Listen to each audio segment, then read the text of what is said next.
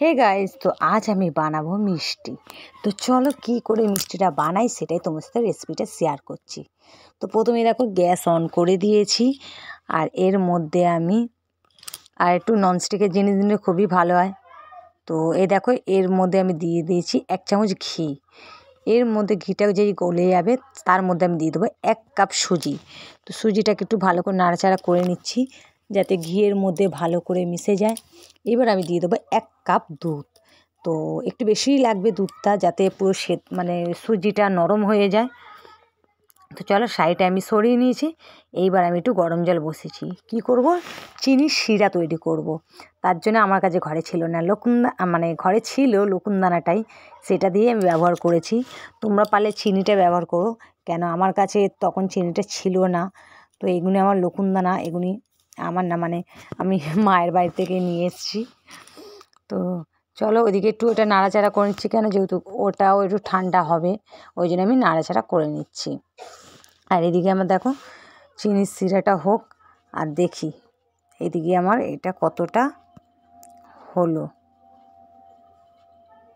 তো দেখছো, তো চলো এবার আমি এটাকে নামিয়ে নিই। তো আমি এখানে নামিয়ে নিয়েছি। এর মধ্যে আমি দেবো 2 চামচ ভরে ভরে গুঁড়ো দুধ।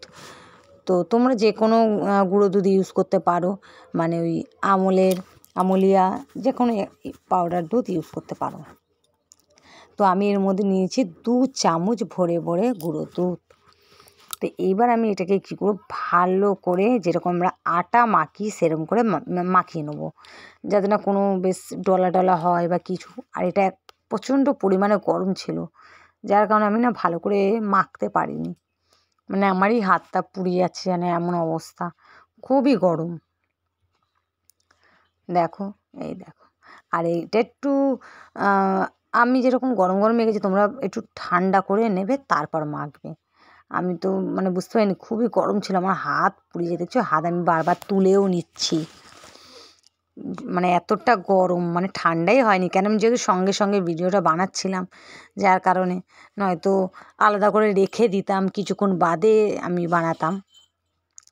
তো চলো ঝটপট করে আমি মেখে নিই, মেখে আর তোমার সাথে শেয়ার করি যে কেমন হয়েছে। তো ফাইনালি আমার দেখো মাখা কমপ্লিট হয়ে গেছে। তো এইবার আমি বানাবো, যে যেরকম শেপ দিতে পারো, কেউ দিতে পারো লম্বা, মানে কেউ তিকোনা, কেউ দিতে পারো গোল, কেউ একটু চ্যাপ্টা চ্যাপ্টা, যেরকম আমরা আলুর চপ বানাই সেরকম। ঠিক আছে, যে যেরকম শেপ দিতে পারো সেরকম দিতে পারো, কোনো প্রবলেম নেই। যারা গোল দেবে তাহলে এখন হয়ে যাবে তোমার গোলাপ জামুন যেরকম হয় সেরকম হয়ে যাবে। তো আমি মোটামুটি একটু ছোটো ছোটো চ্যাপ্টা চ্যাপ্টা করেই দিয়েছি, কেন আমার যে যেরকম শেপ দিতে পারে, আমার বেশ ওটা ভালো লেগেছে, তো এই শেপটা আমি বানিয়েছি।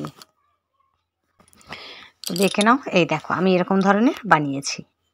তো আমি তো অল্প করেই নিচ্ছি, সুজিটা বেশ ভালোই হয়েছে, গোটা 10-এর মতন হয়েছে।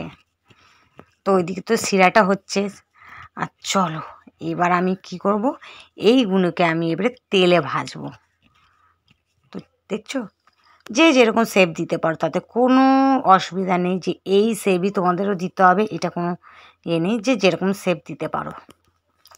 আমি একটু কুড়ে, ওই জন্য আমি এরকম গোল গোল চ্যাপ্টা চ্যাপ্টা করে নিয়েছি। তোমরা যদি একটু ভালো মতো শেপ দিতে পারো তো দাও। তো এবার আমি কড়াই তেল দিয়ে নিয়েছি, এরকম এক এক করে এগুলিকে ভালো করে লাল লাল করে এপিট ওপিট ভেজে নেবো।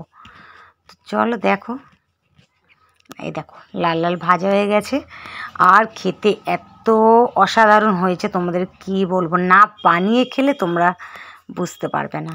তো একবার রেসিপিটা ট্রাই করে দেখো, আর কমেন্টে এসে আমাকে বলো যে কেমন হয়েছে।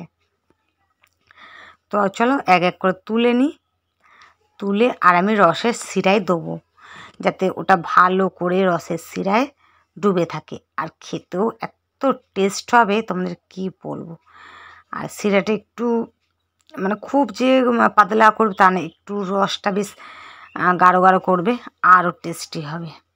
তো আমি তো পাশে শিরাটা রেখেই দিয়েছি, চলো এর মধ্যে ডুবিয়ে নিই।